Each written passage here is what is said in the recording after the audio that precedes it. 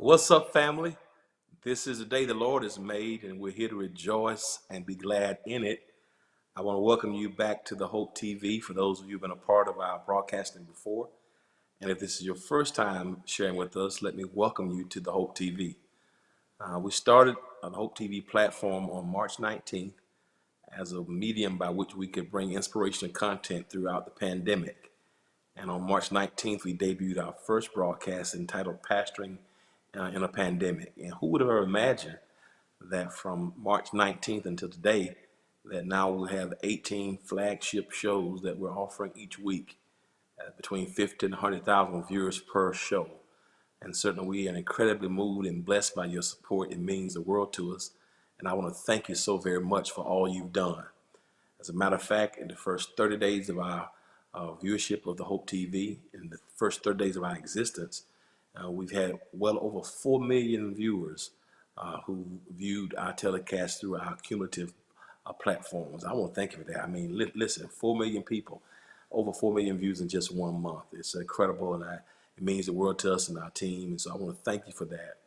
And if you've been blessed by the Hope TV, won't you consider following us on all things social media? You can follow us on Instagram, on Twitter. We also have a Facebook page and a YouTube channel that you can subscribe to right now. And if you follow and subscribe to those channels, you can get notification when different content is uploaded. So make sure you follow. We want to welcome all viewers who are now watching via Apple TV and Roku TV. We've added a new platform this week called Twitch. And I had never heard of Twitch before now. And I've been just amazed at the people who actually follow us on Twitch, those who are following on by Facebook, by YouTube, and those who are also following us through Periscope. And so thank you so very much for your support. If you're watching now, won't you drop us a line and let us know where you're watching from. We take your viewership very seriously, and we want to know where you're watching from so we can be sensitive to your specific demographic and provide you some content that is relative and relevant for you. So drop us a line, let us know the city and the state and also the country from which you're viewing. It means a whole lot to us. Our team takes it very, very seriously. So follow us at the Hope TV. You also can follow our church, House of Hope Atlanta, on Instagram and on Twitter, and also on Facebook, and also through our YouTube channel. So thank you for everything you've done. If you're watching right now through a platform that allows you to like the page, then please like it right now. Subscribe to the page while you're watching, and also send those links. If you're watching through that type of platform, send those links to somebody who you know can be empowered and impacted. We want to minister holistically, talk about things that affect us spiritually, emotionally, mentally, and also physically. And so we believe in having programming that brings empowerment from a perspective of faith and family, finances, fitness, our faculties, and also interject some fun along the way. So thank you so very much for your support. It means the world to us. Today, you've tuned in to this segment of Single in the City. This is no doubt one of our flagship programs and one of our most popular programs over the past month.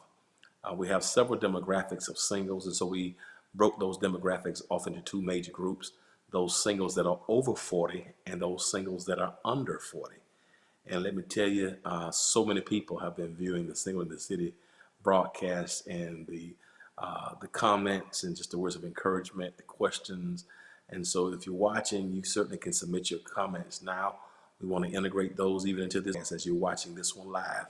And so you got a comment, you got a question you want to submit while you're watching, you can submit those questions to our panel right now as we begin our conversation. Today we have three incredible people in the Single in the City conversation, and four of all of these people are under 40. I'm so moved and so impressed by each of them. They are Christians, they are hard workers who all love God. One is a native of St. Louis, grew up around media and mass communication, as her father was a radio announcer, so she's a radio baby.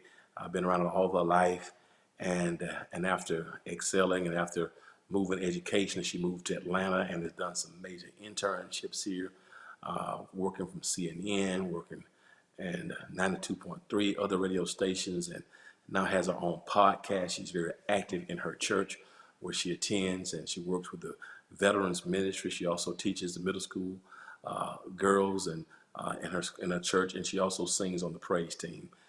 She is excited. I'm excited about her future. God's done so much. Been able to watch her journey. I'm so happy to have her with us today. Krista, welcome Krista to the stage. How you doing, Krista? Good to see you. Glad to have you here. A blessing to have you here. And also we have another young lady here who I've also been blessed to see her grow and develop. Raised here in Metro Atlanta, and I've seen her as her father and mother raised up in the church. Always a precocious and industrious young lady, always very intelligent. And she was blessed to graduate from Georgia State University in 2017. While she was there, she traveled abroad and expanded her horizons. And now, as a graduate, she's been able to work with some of the top firms in the nation in a lot of different areas. I mean, you name it. She has her own online platform that ministers and that speaks to the needs of millennials and Generation Zers. She's a corporate young lady. She's involved in media, and I'm so glad to have her with us today. Nia Ballard. What's up, Nia? How are you? Hi. Hi, Good, Pastor. good to see you. Glad to have you here. And our last guest, but certainly not least, is a native of Hazelhurst, Georgia. Came up as an athlete there in Hazelhurst, Georgia. Went on to receive an athletic scholarship to play football for Troy State University, and there distinguished himself as a tremendous athlete. Had NFL aspirations prior to the Lord calling him from that side of the field to serving him in ministry, and called to minister in the gospel, and graduated there from Troy State with his bachelor's and a master's degree there. Did campus ministry there for young adults. Moved to Atlanta, where he received his degree, a master's of divinity from Interdenominational Theological Center. Then almost 4 years ago, moved back to Hazelhurst, Georgia, to launch the Impact Church. And in less than 4 years, they're doing an amazing job. I'm glad to have him with us today, Pastor James Earl CRAY. Pastor CRAY, what's up, brother? What's going on, man? You doing all right? I'm great, man. Glad to have you here. Glad to have all three of you here.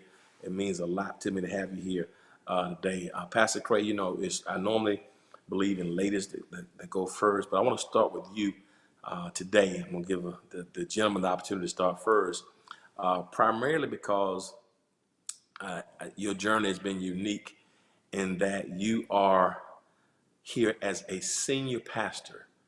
You are single in the city, and you are a senior pastor, pastoring a church that you planted back in your hometown, pastoring in this pandemic as a single man in your hometown. And I want to ask you that question because I know how difficult it is to pastor in a pandemic as a married man.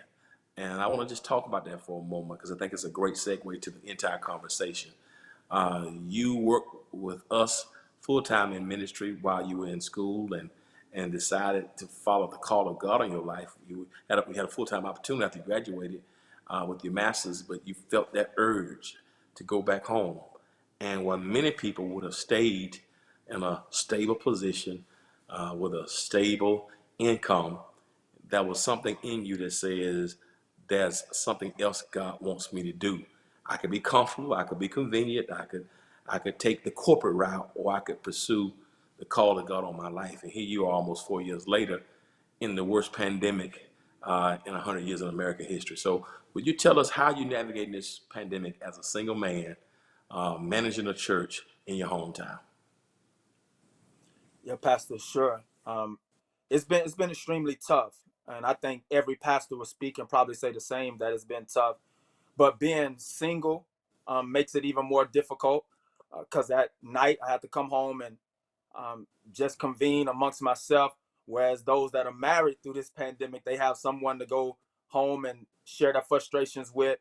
So it's been really tough. But I think the thing that has helped me is what's helping us right now is being able to have access to social media and access to other uh, avenues of media to be able to stay connected with people, to be able to stay in conversation with people.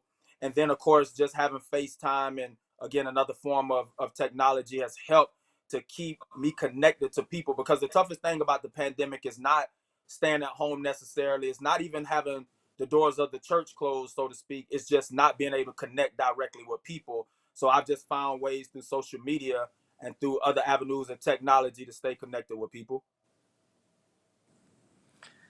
You know, that's interesting because while you decided to go back home, to leave Metro Atlanta to follow the call of God in your life, Krista, you know, you are from Kentucky, from Louisville. And I think I said St. Louis earlier, from Louisville. And you went to school in Western Kentucky and grew up, you know, mass comm degree, a family that's in mass communications. And unlike Pastor CRAY, who decided to go back home to start his official ministry in terms of pastoring, you left home uh, when I'm sure there were opportunities available as you interned and worked in radio since you were a kid up in Louisville. Can you explain that decision? What made you leave what you knew, where opportunities were available to you, because you could have taken an easy route riding off your dad's coattail. What brought you to Atlanta, and what made you make that decision to take that route? Wow. I'm glad you asked that because it was a little after I graduated in 2012, and I came back home to my mama's house, to my room that I knew pretty much all my life. And my room felt foreign to me. And I was like, well, that's weird. This is my room, but it doesn't feel like my room. And so I was kind of confused, so I kind of brushed it off. And then I had a dream like 2 days later, and someone in the dream said, make it happen. And I immediately woke up out of my dream. Like, heart was pounding, I was sweating, and I was like, what is that about? And so I was like, okay. So then I was actually volunteering at the radio station with my dad still, and working at other radio stations just to, get some more experience. And someone else said, Chris, I just need you to make it happen. And so I was like, okay, Lord, is this you speaking to me? Is this you trying to tell me something? And I said, I got bold a little bit, and I was like, Lord, if this is you, tell me one more time. Show me make it happen one more time. And lo and behold, I saw make it happen on a billboard as I was driving home that same day that I prayed that prayer. And so what I did was I got home and I started researching areas that had big broadcasting communities. So Atlanta was on my list, Chicago was on my list, and I think Florida was on my list because I was thinking about going to Full Sail to get my master's. But I had to think about the cost-effective way, and that was to find family, and my family was in Atlanta. So once I found my family, I had to find a job that I could transfer to. So at the time I was working at Foot Locker. And so I was like, well, let me see if I could transfer my job from Kentucky to Foot Locker. Lo and behold, I got to transfer my job to Perimeter Mall. So once I got the job, they were like, oh, well, can you come in July? This was like April of 2013. And so I was like, yeah, I can come. I'm actually supposed to go anyway. Had no idea. Didn't tell my mama none of that. And so when I did actually got the courage to tell my mom, I was like, hey, I'm not supposed to be here. And she was like, what do you mean? I said, I'm not supposed to be in Kentucky, but I'm supposed to leave and I'm supposed to go to Atlanta. And she was like, well, what money? And I was like, I don't know, but I'm supposed to go. And I said, and also I have a job already. She was like, how do you have a job? And so I explained it to her. I called my cousin, set it up already. And what more could she say? So she was a little hesitant at first, but she helped me with the move in July 2013. In July 21st of 2013, I started at Foot Locker. Wow. You know, it's amazing. It's like there's a sense of a mobility with the first two stories. You know, because CRAY, you could have stayed in Troy where you had developed some significant relationships. I know you had that college student group. You had 300-400 students showing up on the campus of Troy State. You know, and then you shifted from there. I mean, opportunities for you to stay there. You could have stayed there and then and moved to Atlanta and then stayed here 3 years and finished your MDiv as you told me you wanted to do. Went back home. Krista, you are in Louisville. You go off to Western Kentucky and get your degree in mass comm. You move back. It doesn't feel comfortable. Feels weird. And with all that, you say, I'm leaving trying something different. God has pushed me into something different. And Nia, your story is similar in a lot of ways.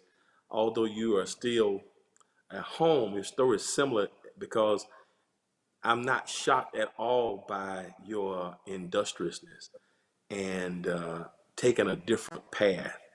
And so here you are, you know, uh, traveling abroad by yourself.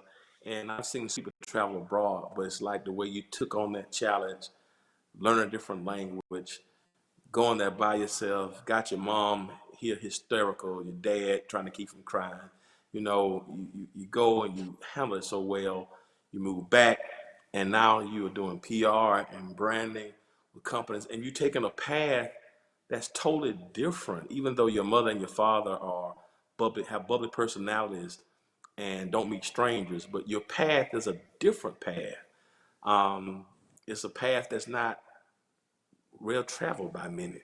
Tell me, how did you get to this path, and how did you choose this particular pursuit for you professionally?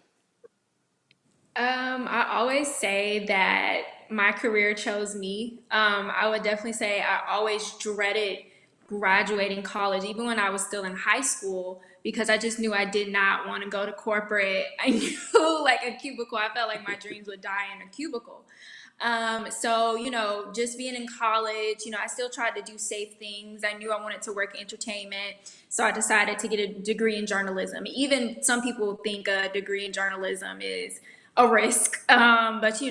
So I decided to do that. And just along my path with just one step, when I first got into college, I really didn't know what I wanted to do. I just knew I wanted to do something that I enjoyed. Like if I had to wake up at 6 a.m. and do it, it's totally fine because I loved it. So with me just joining one organization at Georgia State, Spotlight Programs Board, which is our programming board that put on all the huge events, I was able to meet people, mentors that were literally only a year older, but just seemed to have wisdom. And from there, I was working with, R&B and hip hop artists like Future, Seven Streeter, Trey Songz, and I'm not even 20 years old. And then dreading graduating because I didn't know what I would do then. And, I felt like when we were in college, I would just wanted to take every opportunity that I could. So I studied abroad twice. The first one was in Spain. The second one I did Mexico City. I ran and won Miss Georgia State, but when it got towards the end, I just felt like I didn't want to peak in college. So I was like, okay, the only way I'm going to be able to continue to grow is to do things that scare me. And when I was running for Miss Georgia State, my line sister told me something that's always stuck with me is that those things that there are two different types of fear, fight or flight, or the things where you're just not sure about. And that second fear where you're just not sure about, those are the things that you should run towards because that's where your destiny lies.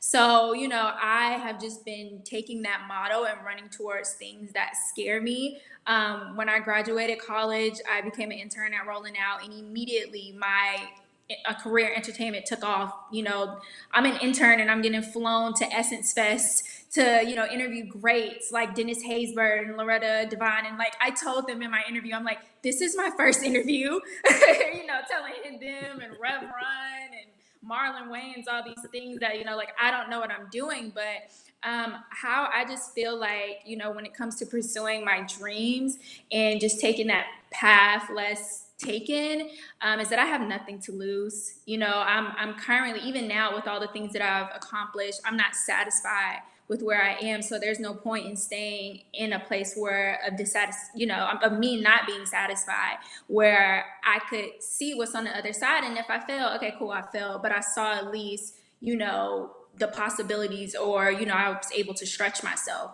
So that's really kind of like my path, and just taking chances and taking chances on myself.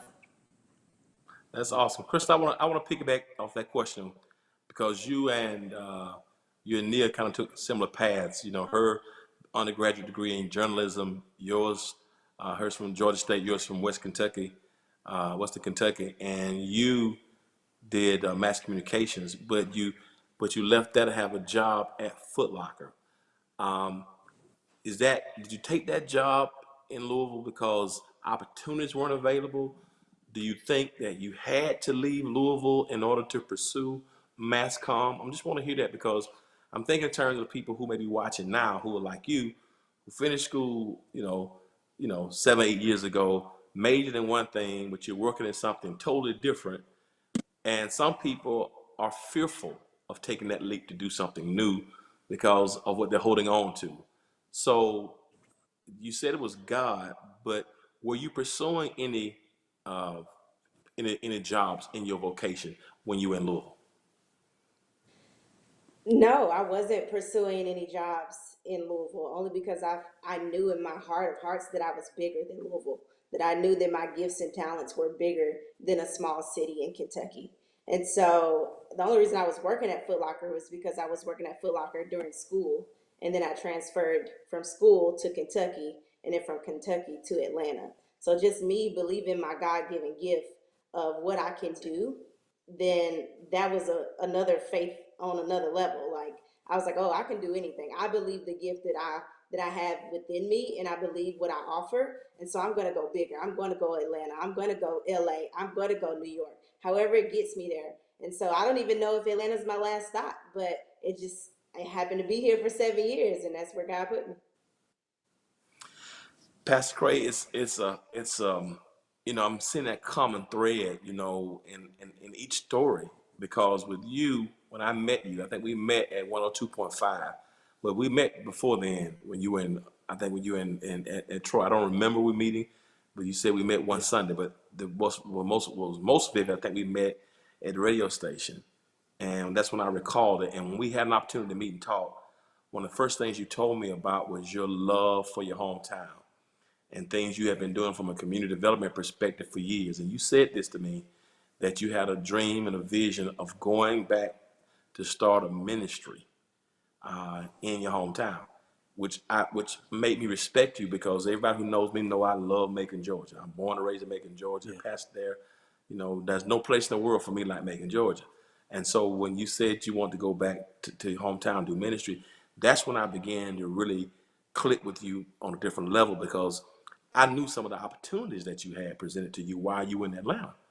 But you would go back there and do ministries and raise money and programs for kids and, others who, in some impoverished areas. You were doing a lot on a regular basis back in Hazelhurst. So my question to you is kind of similar. I'm piggybacking off of what I just asked Crystal. She knew that she couldn't stay there. She had to move to get to her next place.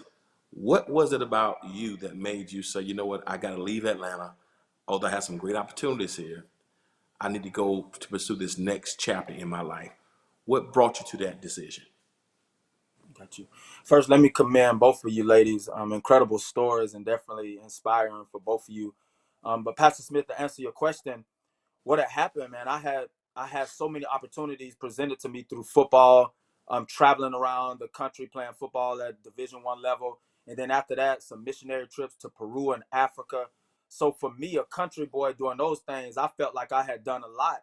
And then going back, starting a nonprofit organization in my hometown, I was already doing community events, and all that started because I thought I was going to the NFL.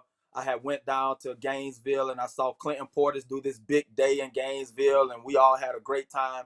So I was like, man, let me do that in my hometown. So we started out with hamburgers and hot dogs and basketball tournament at the park. So for about 12 years, I had did community service, just giving back through a nonprofit in our community. And then something clicked. Every Saturday we would have a huge party to just kind of close out the event. And then something was like, well, what are you doing to pour back into their lives spiritually? Like, you giving book bags out, you giving school supplies, you got concerts, you got comedians, you got parties, you got food, but what are you doing spiritually? And as I began to grow spiritually, as I started serving in ministry, started getting my MDiv, working on my MDiv, I had to figure out a way to go back and give spiritually to make up for the years I had given in all the other areas.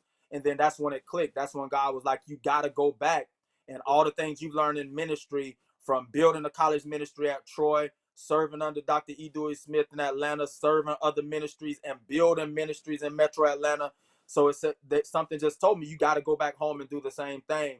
And to a lot of people, it was mind blowing. Like, you're going to come back from the House of Hope Atlanta with 15,000 members to Hazelhurst, Georgia with 4,200 people in the whole city.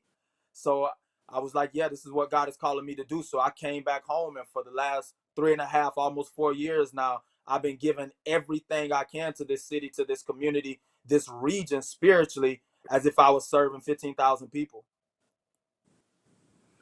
You know, I wanna keep it right there for a second because I think it's very important. I'm gonna throw it back to you, Pastor Craig, before I go to Nia, because Nia mentioned it in our pre-show conversation. When I came up, when I was coming out of seminary, or where I was brought up by my parents, and I guess just the whole culture, coming up, coming out of college, we were taught, go to college, get a degree, go get a good job, establish yourself, get a family, work for 30 years, retire. And so what is interesting here is you have an opportunity to have a full-time position in our church with benefits, with an insurance card, get your eyes checked, dental plan, all that kind of stuff. And yet the things that most seminarians would say, this is the greatest opportunity to come out of seminary. It's not like you can go to IBM or Apple with an MDiv in preaching or religion or pastoral care. You're not very marketable, let's be honest. So, but to come out of that and say, you know what, I don't even know what I'm gonna make salary wise. I don't know if I can't even get a salary because I don't have any members. But I leave all that. I'm gonna go back, move in with my mom for a while, and don't worry about what the cost is, what I gotta pay, and don't worry about what I'm not gonna make because it's not about money. Would you explain that? How do you make a decision to not get a check but to pursue your calling? I mean, God. what is that? It's God. It's so God. Because I ask myself the same thing to this day. How could you leave a situation where you didn't have to be the pastor? That's a challenge in itself. Because now I'm the senior pastor and responsible for souls. You don't have to be the senior pastor. You got a salary, you got benefits, all those things that you mentioned. But something was said to me in a time of studying, as I did a noonday Bible study today, and it's relevant for this moment. And the thing that came to me, the revelation that I got, was that you are only as successful as the lives you impact. So no matter how much money I could have made, no matter how many places I could have traveled to, I was only going to be as successful as the lives I impacted. And since I've been back these 3.5, almost 4 years, I've touched so many lives that I never even imagined that I'll be able to touch. And I'll be able to measure the success of my life, not on numbers financially, not on numbers about around the world, if I'm gonna be global or not, but I'm able to base the success of my life of ministry on the people's lives that I've impacted. And that means so much more to me, and that don't make a lot of sense to a lot of people, because of course we want to be able to live comfortably financially. Who wants to move back in with their mom, leaving the metro Atlanta area, having a town home to themselves? Who wants to come home and live with their mom to pastor a church? But that's what God called me to do. And now I'm seeing the benefit of it, and the fruit of it is that I'm only as successful as the lives that I impact. And that's the thing that's got me standing and keeps me fighting and pressing on in this rural area pastoring, when I left something that was secure, and that would give me all the assets that I needed. Neil, you mentioned earlier a part of your fear of graduating, or your concern of graduating, is not pursuing a vocation just for check and for money. I want you to talk about that a little bit more, because you said that you want to get in a vocation that you can get up at any time of morning where it doesn't feel like work. How do you tap into that? How did you know what that thing was? Because I'm meeting people that are 30, 35, some even 40, and still don't know what is that thing that makes them get up out of bed and brings that joy and that excitement. I think that's a good question, because people don't know, what is it? What am I here for? What's that it? When I find my groove, how do I know this is it? That'd be my question. How did you come to that realization at such a young age? I think people know, but they just forget. I stuck Hmm. with the things, my passions from when I was young. dance, acting, writing, expressing myself overall. I've always loved those things. And I didn't want it to stop as soon as I graduated high school. I didn't want it to stop, as soon as I went to college. I wanted to find ways that I could build on that. I loved entertainment. I love the arts. How can I make a career out of the things that I already love? And when we go into college, I think it's we think about what is secure, and some people have a passion for math and have a passion for science. I was not one of those people. And ironically, a lot of those jobs are the secure jobs. So I just knew that I've always wanted to do things that would make me happy. Again, like I love film, and even that I was scared. I'm not saying I went in 100%. Acting has always been a passion of mine. But when I went into college, I made sure that I had a degree of a job that I could possibly get a job in. So I made theater my minor, and my degree was in journalism. And, because I was scared to 100% pursue acting, I was like, okay, well, let me figure out a career where I could still be in proximity. So I felt like when I looked at the concentrations for journalism, it was print. I like to write, but I don't like to write all the time. At the time, this was my thought process.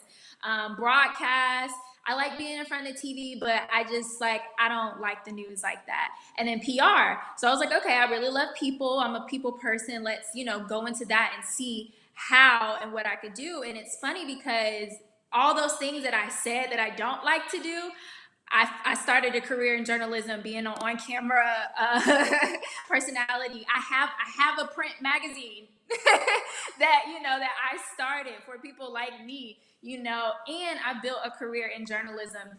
And it's always brought me back. Even last year, I worked on the movie Little with Marseille Martin and Issa Rae and Regina Hall, and I was the unit publicist assistant. So I was working hands-on with these people, and it was like, all right, God, you brought me full circle. I've been so scared to pursue acting. I've been so scared to pursue these things. And you brought me here and you showed me that I wasn't satisfied with just doing journalism. I wasn't satisfied with just doing PR. Like, you brought it straight to my face. So I think if we, like I said, we face that fear, not that fight or flight, but that fear in that stomach of where like uncertainty, and really have that faith, you just got to go for it. Mia means purpose. I just feel like I've always been purpose driven, always been, on the path to say, okay, God, what do you have for me? And I feel like that my life is so much bigger than myself. My purpose is so much bigger than myself. And I think it's selfish to hold on to things, letting fear hold you back, because, it's not just about you. It's about that next person. It's not even about the younger people. It's about that older person who thinks that they can't do A, B, C, and D. And it's like, if you're older, you have the wisdom. You have so much more on me.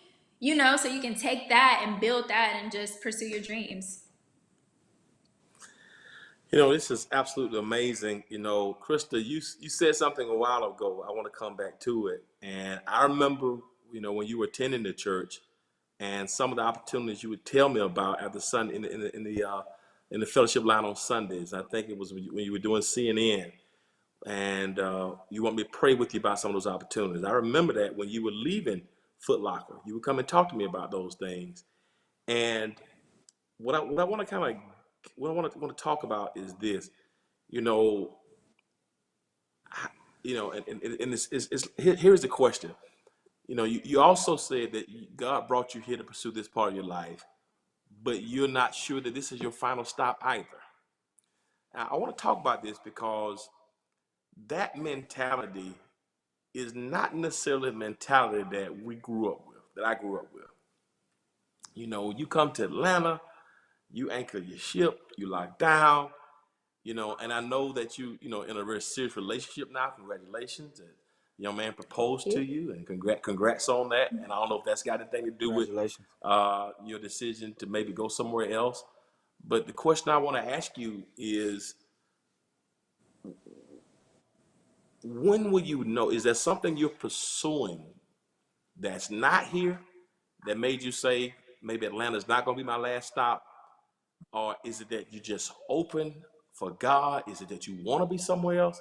Because I'm trying to help people to kind of work through figuring out their next steps. Is that a dream, is that a passion, something on the bucket list, something you put in your vision board, or is that you just flexible to whatever God wants to do? Ooh, That's a mouthful. um, One, I'm open to God to wherever the next step may be. I currently work at Turner Sports, and granted, I love sports. I used to run track, was very athletic growing up, but I've come to figure out that sports is not where I want to be, and so I've been finding those little things that are kind of purposeful. So I like to be on the radio, but I've noticed that I like public speaking more, or I like to minister to the middle schoolers more and teaching them. And so I do come from a background of pastors and preachers. And so I'm like, okay, Lord, are you tugging on me? What are you trying to say? Because also, what a lot of people don't know is my fiance is also a minister. He was ordained at 8 years old, and I didn't know that going in dating him. And so I was like, okay, Lord, what if he gets an opportunity to pastor a church or to pastor a youth department or something like that? I need to be ready spiritually, and those type of things that I've come in contact with, public speaking, radio, like all of that can be used in ministry, and I see God in a bigger light now, and I'm more open to it.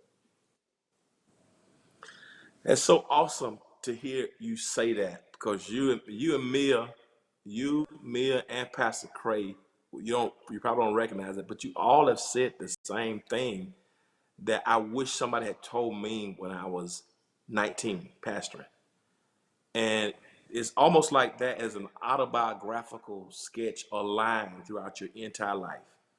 And it was until I went to my doctoral program and I had to write a theological autobiography that I saw the common thread of all these things in my life and how it all made sense. Like Neil just mentioned, dance, people say, how do I find my purpose? Well, it was always there, you just didn't see it. You just talked about it, Crystal, where you are now in your life, how all the things that you've been doing, it is as if God is using all those things to prepare you for something else. Pastor Quay, you just talked about it. You went back home, the groups, the things you were doing, the hot dogs, the concerts, and all those things you were doing to empower your community. And then God says, go back and do it spiritually. But you have been laying the Yeah. foundations. And here's a problem with a lot of people like me and I don't know who's watching, but in my generation, when I started pastoring, I love film, I love entertainment. I was a musician, I wrote songs, I would sing. But when I got called to preach at 17, all the older preachers told me, you can't do all that stuff no more because people never respect you. So I had all these gifts. I was always frustrated, had all these gifts, all these talents. And now I'm finally getting in my 40s and realize that I don't have to pick and choose all the things that God was sharing with me my whole time. It was all for a purpose, but I didn't see it. And so I want to ask that question, Pastor Craig, with you because as you've talked about it for yourself, and Krista talked about it in terms of, her getting prepared for, her fiance and what the future may hold for them. How does that work with you in terms of dating? Because you're also a father, have a beautiful girl. She's 9 years old, I 9, think, right? yes, Your daughter. So how does yes. that work in terms of your dating and perhaps the person who comes alongside you one day in ministry? Are you looking for somebody who can harmonize with your life? What are you looking for in terms of a relationship? What will make you happy in terms of a wife who can partner with you going forward? I think the best thing for me in having a wife is having somebody that has their own life, because I want an opportunity to be able to sit back and celebrate and be the cheerleader too, because I'm always going and everything that I do, I'm too trying to work in film, just trying to establish other ministries and do all those things. And so many times I'm out front, but there's moments where I just want to be able to chill, kick back, and celebrate somebody else. So the woman that's going to be my wife, she has to have her own thing going for her, so that I can just sit back, relax, and celebrate her. I think that's one of the most important things. And then the other thing, as far as a wife, because I do have a 9-year-old daughter who I'm greatly active in her life, and she's growing. She's now wanting to do dance, and she has all these things. So I have to have somebody too that understands I'm a parent, and I'm a parent before I met them, and that's a role that they may have to take on if they're not a parent. So those two things are the most important things to me right now at this stage. Of course, I want somebody that's a believer, that's faithful in their journey and in their walk. that's a no-brainer. But the other two things that's really important is I gotta have a woman that has her own thing going on, so that I can support her. And then of course my daughter. My daughter is really important to me. She apple of my eye. She's my heart. She's my everything. And that person has to be able to love Jordan as much, if close to as much as I love my daughter, and be able to accept her as a package with me. So those things are really important to me in looking for a mate. That's great. Neil, I want to ask you about this for a moment because I keep up with you. Even though when you don't see me, I got ears and eyes and all the places. With all the young people, I keep up with everybody because I love your guys so much and I always pray for you. And Andre and my wife and I, we always make sure that we cover you guys in prayer. And I know you doing all the big stuff at Georgia State and with the celebrities and entertainment, some of the things you mentioned earlier. And and I know you're young right now in terms of relationally, in terms of maybe career focus. But when it's time for you to open yourself up to a serious relationship, and I'm assuming you're not, and that may be a wrong assumption, but when and if that happens, or if it has not happened already, how will you find time with all that's going on in your life? How will you find time to have room to even consider allowing somebody into your life in a serious way? Yeah, I think everything is about choices. So it's choosing, to give people time. Like now, I choose and I have set boundaries for myself. I wake up at 6 a.m. every day. So the first 3 hours are mine, and the last 3 hours before I go to bed are mine. So that person number one has to be worth it for me to share that time that I give myself to him. So that I'm I love people, so I don't mind giving myself to somebody else again if they're deserving. If God has told me, okay, this is who you're supposed to be with, if a lot of the characteristics that I have in myself in him, because it never work if I'm doing so much and he doesn't have a lot going on for himself, because at that point he gets upset. Why aren't you spending time with me? Why aren't you doing A, B, C, and D? We both have to be equally yoked. We both have to have our own things going on, like Pastor James said, and it's just really about a choice. Right now, I was in a serious relationship about a year ago, and now being single, I'm like, oh my God, I was giving so much time to somebody else. It feels amazing to give it to myself. I don't know, I'm feeling a little stingy on that. Whoever I give it to is going to have to be amazing. Because I'm really enjoying it, by myself and just self-development. But, when he comes around, it's going to be a lucky guy. Krista, you have been in Atlanta for a while, working at Foot Locker, working in sporting events, around the radio stations and television stations, and around the church. And I've seen guys interested, and and never have seen you say, "I'm ready to get married." What in the world? I think I met him a couple of times, but I want to know, what in the world did he say? What did he do to to jolt you in such a way where you're saying, Pastor, if I got to be a pastor's wife, I'll leave Atlanta and leave Turner and CNN and whatever. What brought it to this point? I want to hear that, because I think it's a good point, because people don't know when. How do you know? What are some of the qualities that made you make that decision? My God, Pastor. When I was at House of Hope, mentally I was not ready. And that trickled over to some other relationships as well. Um, so back 5 years ago, I was not ready.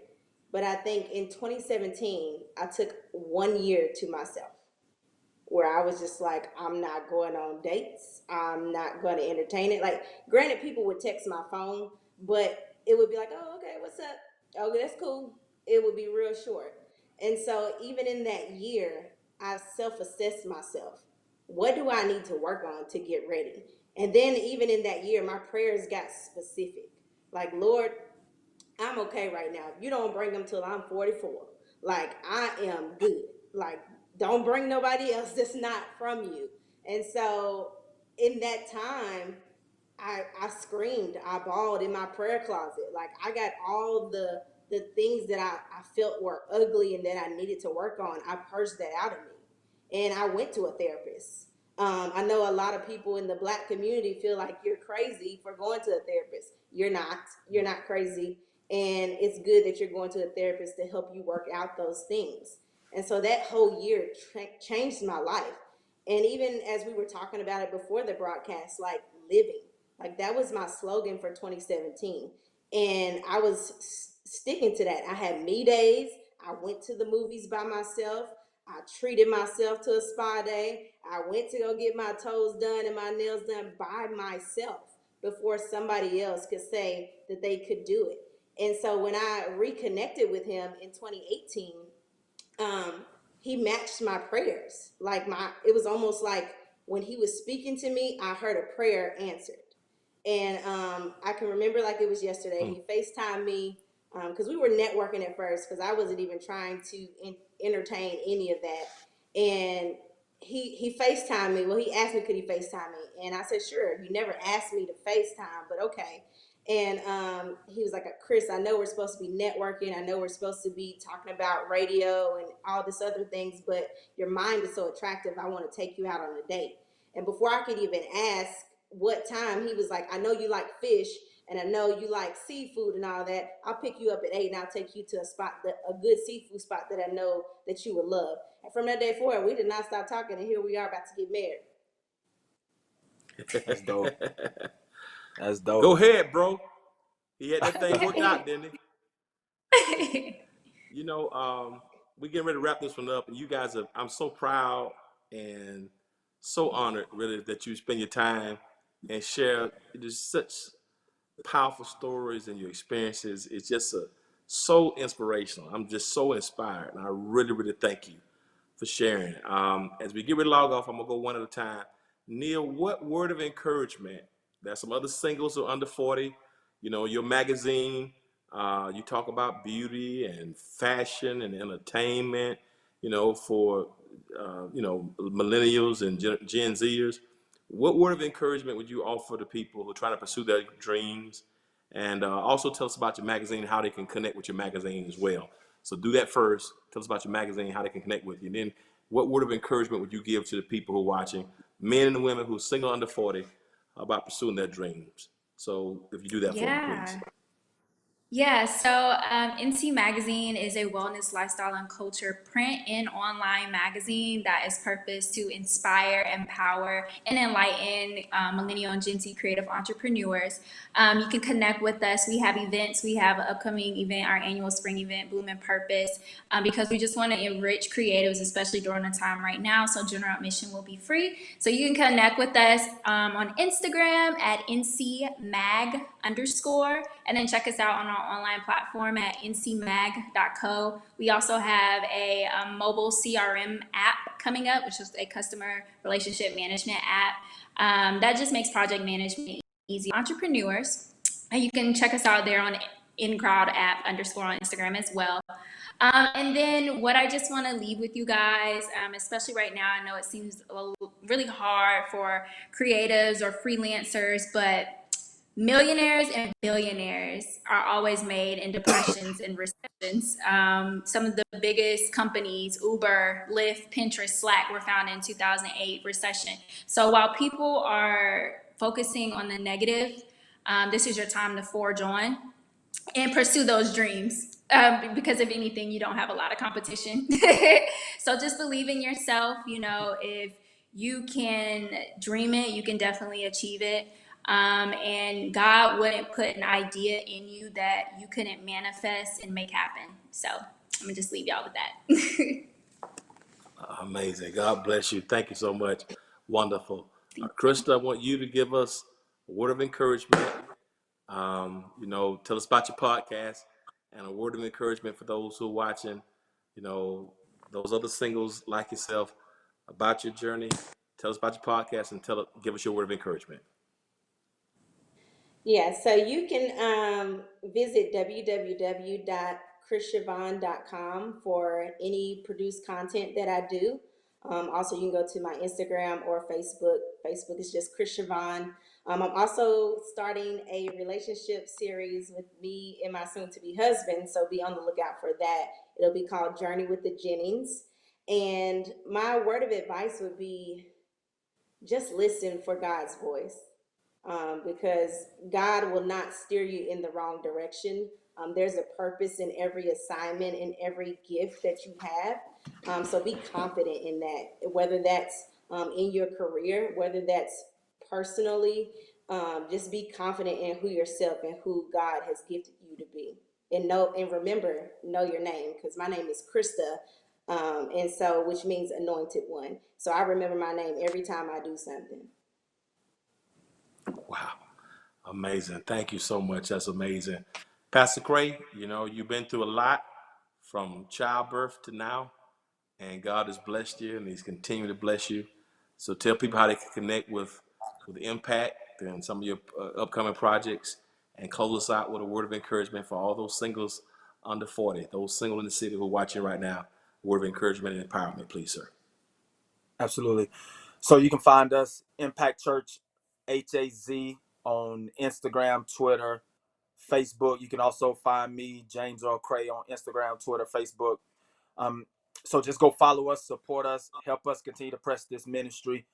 But the word of encouragement that I would give to all the singles that are under 40 is there is no timeline for your singleness. Don't let anybody tell you how long you need to be single or how quickly you need to get married. Make sure, as Chris Siobhan said, as Nia said, make sure that you hear from God, listen for God, and make sure that God is sending that person in your life. Don't rush it. Don't be in a rush just because mama says she's ready for grandchildren, or friends are getting married and say that they're ready to do couple trips. You make sure that you're in tune to the voice of God and that you turn your ear to God, and don't rush the relationship process. That's my word of encouragement. Man, this is I wish y'all could see this little heart of mine. I'm so proud, man, to be able to witness all your individual journeys, and see all of you at peace, and see you doing well, still loving the Lord, still connected to your faith. It just, I wish y'all could see this little heart of mine. It makes me so full and so godly proud. So thank you. I can't wait to see what God's going to do the rest of your journey, and I just hope God prospers you, each of you, in everything you touch and do. Such great promise, and you've accomplished so much already. I just can't wait to see the rest of the journey. And I think you've been an inspiration, not just to those under 40 and single, but those who over 40, over the hill and married like me. You guys have been inspirational even on today. And to all of our family who are watching, I hope you've been blessed. We had 3 incredible presenters today, who shared so articulately, so honestly, authentically, and genuinely, but yet so spiritually and so just forthright, just very sound and sober in their thinking. And I want you to be encouraged. I know these are tough times, and they are tough times, and we're not going to deny that. We're not going to practice escapism. These are some difficult times, but through the power of faith and perseverance and being resolute, we can overcome any obstacle. And I want to encourage those of you who are single under 40, keep the faith, and always remember this: if you'll be good to God, God will be good to you. You've been watching Single in the City of the Hope TV. Until next time, peace. Take care. Thank y'all. Y'all awesome.